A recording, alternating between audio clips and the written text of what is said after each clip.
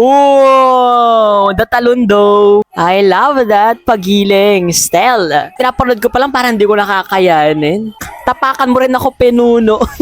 Siyempre, napanood na natin ang official music video ng Dom. And nakita natin doon yung mga pa-CGI nila or parang mala Harry Potter at may pagka Percy Jackson na atake ng execution or plot nung MV nila. But hindi natin ganong nakita doon dahil more on emotional at acting yung pinakita nila. Yung kanilang mga steps or yung kanilang mga galaw. Well, doon sa breakdancing yung lang napansin ko na kanilang pasayaw. But for today's video guys, panoorin naman natin itong SB19 dance practice nila sa kantang, sa new release nilang song. So, samahan nyo ko guys. Tignan natin yung mga choreography na ginawa nila for this song. Let's go!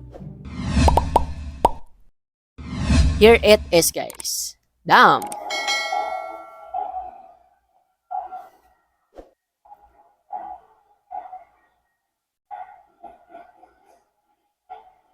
Okay.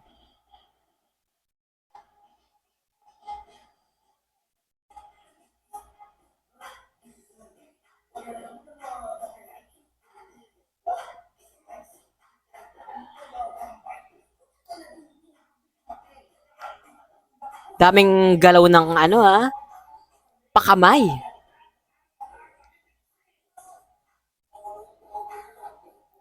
Good. Amaze talaga yung lalim ng boses niya. Parang hinuhugot talaga, no?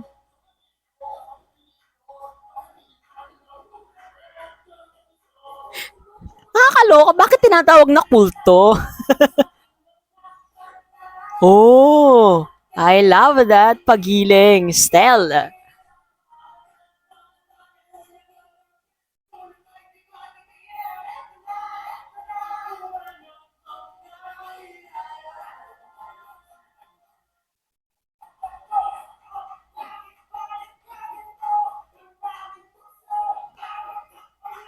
Oh, hirap Pinapanood ko pa lang parang hindi ko nakakayanin. Pang pro talaga yung mga pa-steps Wala bang TikTok version dyan?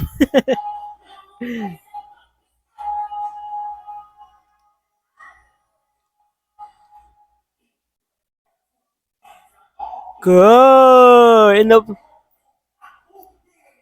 May patapak. Tapakan mo rin ako, Penuno. yung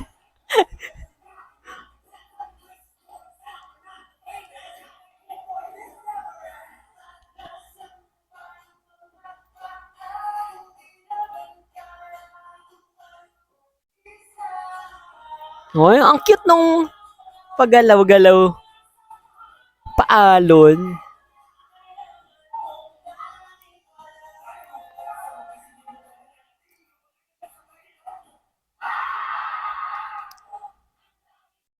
Grabe yung giggle.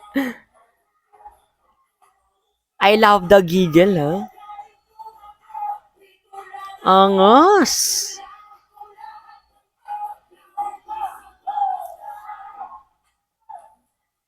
At rin yung breakdancing nila. Oh, the talundo. Hirap Nasabi ko na talaga ang hirap. As a dancer, bilang hindi dancer, nahihirapan ako sa step.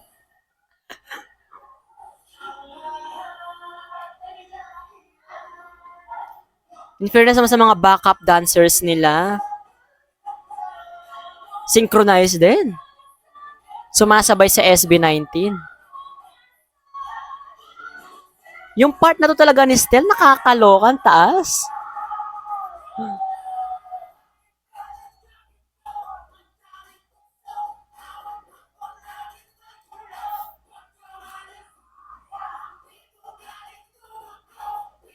Girl. Angas.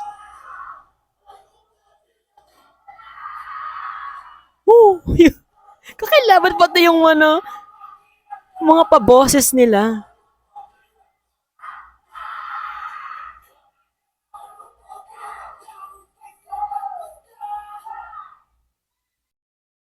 Oh, okay, parang street dancing pala to na may pagkamaangas na pop music, gano'n ang atake. Woo! Okay, mag-request lang ako sana may TikTok version nito. TikTok version. But all in all, ang angas nung kanilang choreography dito. 'Di ba? Kumbaga, connection yung kailangan mo eh. Sa dami nilang sumasayaw talaga, kailangan connected yung mga, alam mo yon, yung mga katawan ninyo sa isa't isa. Like for example, yung mga backup dancers nila, ang galing, no? Synchronized din sila. Synchronized din yung SB19, synchronized din yung mga backup dancers nila because they are connected, no? When it comes to their choreography, may mga pasasi movement, may mga pamaangas sa movement, at the same time, may mga ipinaglalaban movement talaga, yung mga pasigaw-sigaw nila, no? Parang, pati sa street dancing talaga eh, pag ganito, no?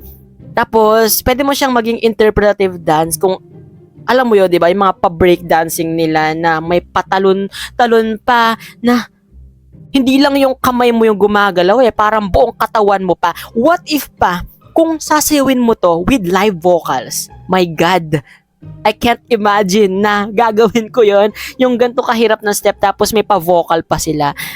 Woo! Ayo guys, napanood nyo na ba itong dance practice ng SB19? Damn! Ano guys yung masasabi nyo? Let me know in the comment section guys. Siyempre kung hindi ka pa rin nakasubscribe sa channel ko, don't forget guys to hit that subscribe button and that notification bell para lagi kang updated sa mga videos na i-upload ko pa.